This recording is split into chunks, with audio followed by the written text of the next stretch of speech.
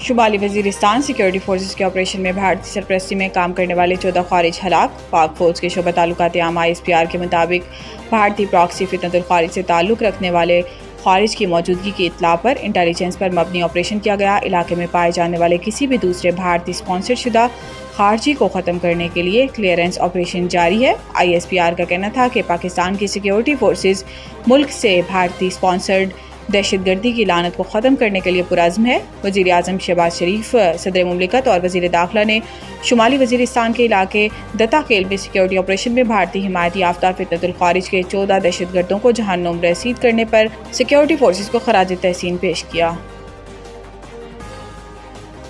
امن کا واحد راستہ مکالمہ اور سفارتکاری ہے، صدر جنرل اسمبلی کی پاکستانی موقف کی تائید۔ بلاول بھٹو زرداری کی قیادت میں پاکستانی وفد نے اقوام متحدہ کی جنرل اسمبلی کے صدر فلمون یانگ سے نیو یارک میں اقوام متحدہ کے ہیڈ کوارٹر میں ملاقات کی۔ بلاول بھٹو نے جنرل اسمبلی کے صدر کو پہلگام واقعے کے بعد خطے کی بگڑتی ہوئی سلامتی کی صورتحال سے آگاہ کیا۔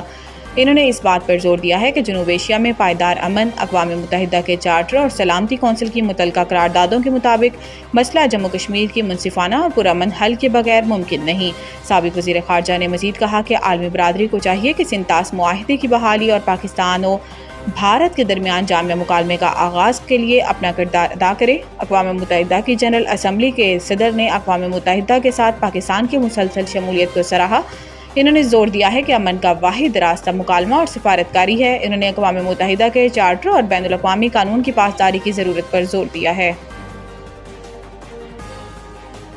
عمر ایوب کا اسپیکر قومی اسمبلی کو خط، اپنے خلاف ریفرنس کی تفصیلات مانگ لی۔ عمر ایوب نے خط میں اسپیکر قومی اسمبلی سے اپنے خلاف دائر ریفرنس اور اسپیکر کے فیصلے کی تفصیلات مانگ لی۔ انہوں نے کہا تھا کہ ریفرنس کی قانون و آئینی بنیاد، مصدقہ، نقل اور کارروائی کا ریکارڈ فراہم کیا جائے۔ نااہلی کے ریفرنس پر آئینی نکات آرٹیکل 62-63 کے تحت ریفرنس کی قانونی توجہ فراہم کریں۔ PTI رہنما نے اسپیکر سے ریفرنس کی مکمل مصدقہ کاپی اور شواہد مہیا کرنے کا مطالبہ کرتے ہوئے کہا کہ نوٹسز اور وضاحت کا موقع فراہم کرنے کی تفصیل فراہم کی جائے۔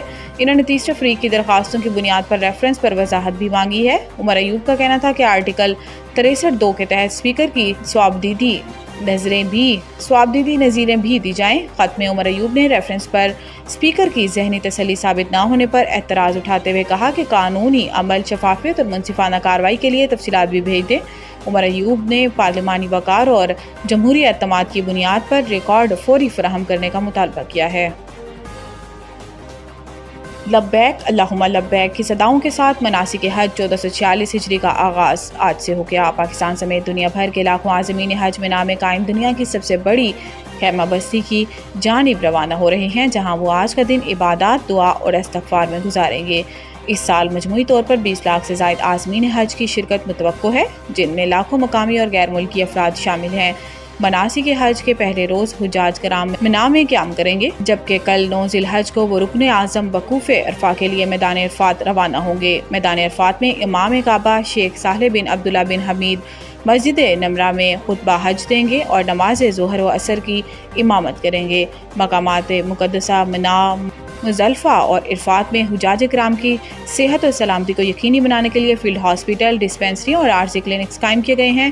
سعودی وزارت صحت کی جانب سے 8 ایئر ایمبولینسز بھی فراہم کی گئی ہیں، جبکہ پاکستان حج مشن نے پاکستانی عازمین کے لیے مخصوص مکاتب میں طبی سہولیات مہیا کی ہیں۔